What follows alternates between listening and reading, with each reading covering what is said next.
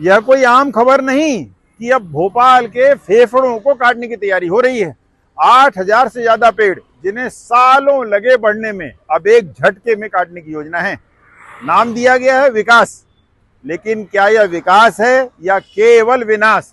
यह विकास ही है सारी सत्यानाश की जड़, जिसने भोपाल की 66% की शानदार हरियाली को बुरी तरह समाप्त कर दिया गया है और अब ये 4% की हरियाली तक पहुंच गई है और अब भी इसका पेट नहीं भरा है।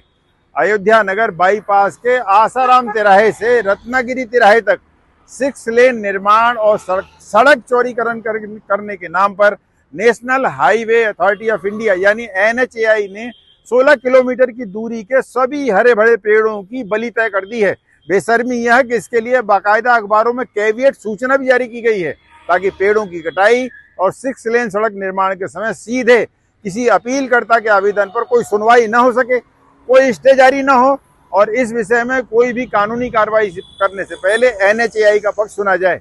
आधिकारिक तौर पर तो यही बताया गया है कि लगभग 8,000 पेड़ों का कत्ल किया जाएगा, लेकिन इतिहास गवाह है सरकारी संस्थाओं द्वारा कहे गए और दिए गए शपथ पत्र से अलग जमीन पर कई बार तो दुगने तक पेड़ काट दिए जाते हैं।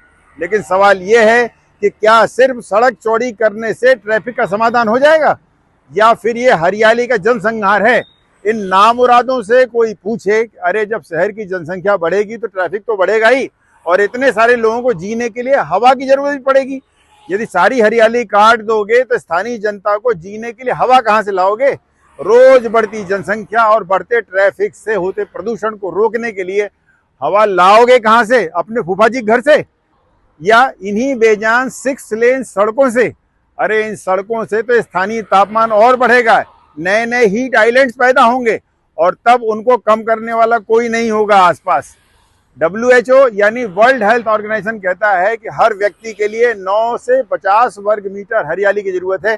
भारत सरकार का नीति आयोग, शहरी विकास मंत्रालय सभी मानते हैं कि 30 से 35% की हरियाली एक स्वस्थ समाज के लिए आवश्यक है। लेकिन इसके उलट भोपाल में पिछले 15 सालों में 7.5 लाख पेड़ काटे जा चुके हैं और इन सब का परिणाम यह है कि आज भोपाल में हरियाली मात्र 4% ही बची है। अरे यह केवल हम नहीं, खुद भारत सरकार के आंकड़े बोल रहे हैं।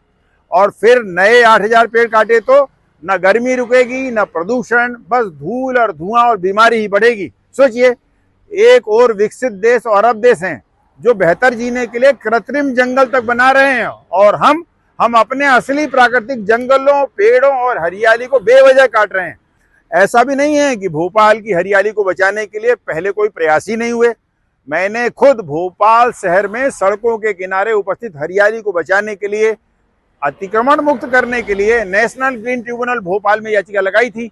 NGT ने अपने कई आदेशों में कहा है कि खबरदार, जो सड़क के किनारे एक भी पेड़ काटे गए तो सख्त कार्रवाई होगी, फिर चाहे वो कोई व्यक्ति हो या संस्था। लेकिन इन सब के बावजूद भी NGT को अंगूठा दिखाते हुए ये सब कायराना कार्रवाई की जा रही है। हमारा धर्म और आधुनिक विज्ञान भी यही कहता है, हर पेड़ एक जीव है, वो पक्षियों का घर है, बच्चों की छाया है, हमारे फेफड़ों के लिए ऑक्सीजन की फैक्ट्री है और हमारी गंदगी को सोखने की एक अद्भुत मशीन। लेकिन अगर ये पेड़ ही नहीं बचेंगे तो हम भी नहीं बचेंगे। तो क्या भविष्य में हमारे बच्चों को सिर्फ कंक्रीट का जंगल ही नसीब होगा? नहीं, हम ऐसा बिल्कुल नहीं होने देंगे। हम भोपाल को यूं घुट घुट कर मरने नहीं देंगे। अब वक्त है खड़े होने का। इस विनाश के खिलाफ एकजुट होकर आवाज उठाइए, लोगों को संगठित कीजिए, इस गंभीर समस्या को बताइए और इससे होने वाले भीषण परिणामों के बारे में भी। भोपाल की हरियाली को बचाने के लिए वो सब उपाय कीजिए जो लोकतांत्रिक तरीके से किया जाना चाहिए। RTI डालिए, PIL यानी जनहित याचिका दायर कीजिए, जन सुनवाई में भाग लीजिए। यदि विरोध है तो अपना विरोध जाहिर भी कीजिए। एक पेड़ का मतलब सिर्फ लकड़ी नहीं होता, एक जीवन है, एक इकोलॉजिकल सिस्टम है। यदि केवल आपके द्वारा पैदा होने वाली कार्बन डाइऑक्साइड को सोखने वाला ये यंत्र भर नहीं है, आपको प्राणवायु देने वाला तंत्र भी है। लेकिन इन सबसे बढ़कर पेड़ हजारों पक्षियों और छोटे छोटे जीवों को रहने के लिए एकमात्र आसरा भी हैं। फिर चाहे वो पक्षी हो, गिलहरी हो, सांप हो, छछूंदर हो या गिरगिट। एक पेड़ के काटने का मतलब है इन सब का गला काटना भी है। तो क्या चुप रहकर कायरों की भांति या आप यह सब देखते रहेंगे? चुपचाप अपने जीवन को बर्बाद होते देखेंगे? इन बेजुबान जीवों के जीवन को भी? शायद नहीं। इसलिए खड़े हो, चलो भोपाल बचाएं, भोपाल के फेफड़ों को बचाएं। यह लड़ाई सिर्फ पेड़ों की नहीं, हमारी सांसों की भी है। सोचिए, अगर भोपाल ही नहीं बचा तो हम कैसे बचेंगे? सोचिएगा जरूर। जय हिंद।